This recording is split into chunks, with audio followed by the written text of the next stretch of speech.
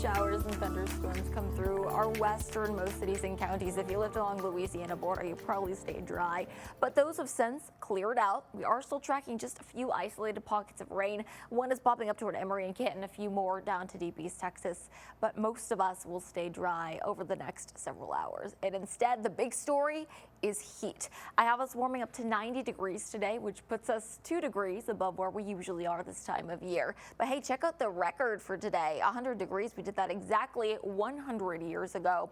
So lots of heat out there. That record, though, is safe. Now, if you were planning to get outside and maybe go for a run, I'd recommend going earlier rather than later while the temperatures are still nice.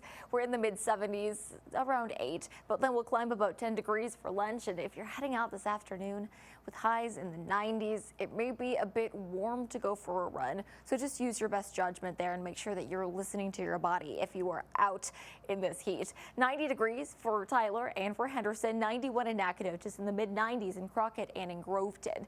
But when you account for the humidity, it's going to feel a lot warmer. 98 for your feels like in Tyler and Longview. It's going to feel in the triple digits in Henderson and Crockett this afternoon. So like I said, make sure that you are taking heat precautions. Some that you can do, of course, make sure that you're staying hydrated.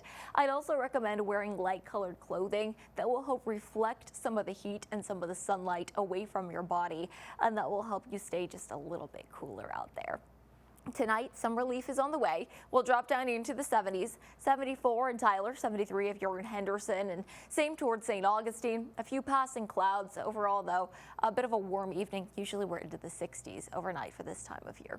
The heat is all due to this area of high pressure. That's coming in and building a bit of a heat ridge across our area. But behind that, low pressure is on the way, and that's going to give us a chance of rain in just a few days. On Wednesday, scattered showers and thunderstorms are in the forecast.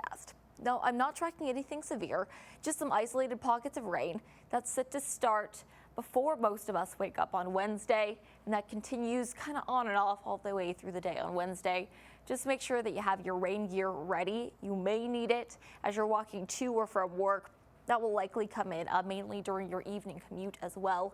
So just make sure that you are staying ready. Overall, about a 50% chance of rain, but it's going to be very isolated and very on and off. After that, we are tracking the potential for a scattered shower or two Thursday, Saturday, and Sunday. So just make sure you are ready in case you need your umbrella. All right, hey, switching gears, I'm taking you out to the tropics. The first day of Atlantic hurricane season was yesterday, so we're officially on day 2. And right now, everything is looking clear across the Atlantic, and a lot of that is thanks to a layer of Saharan dust that's racing across the Atlantic Ocean, keeping hurricane activity to a minimum. But here in East Texas, we could see some impacts from those dust, or from that dust, I should say. That's set to impact us Thursday and Friday. The big thing here is it may diminish air quality just a little bit, but we'll likely see some very vivid sunrises and sunsets in East Texas. Now, again, that's Thursday and Friday when highs are in the upper 80s and low 90s. The only big storm system, I hesitate to call it big, but the only potential for rain that is going to be real impactful for us will be on Wednesday. So just make sure you have your rain gear ready. Otherwise, it's heat, heat, and more heat.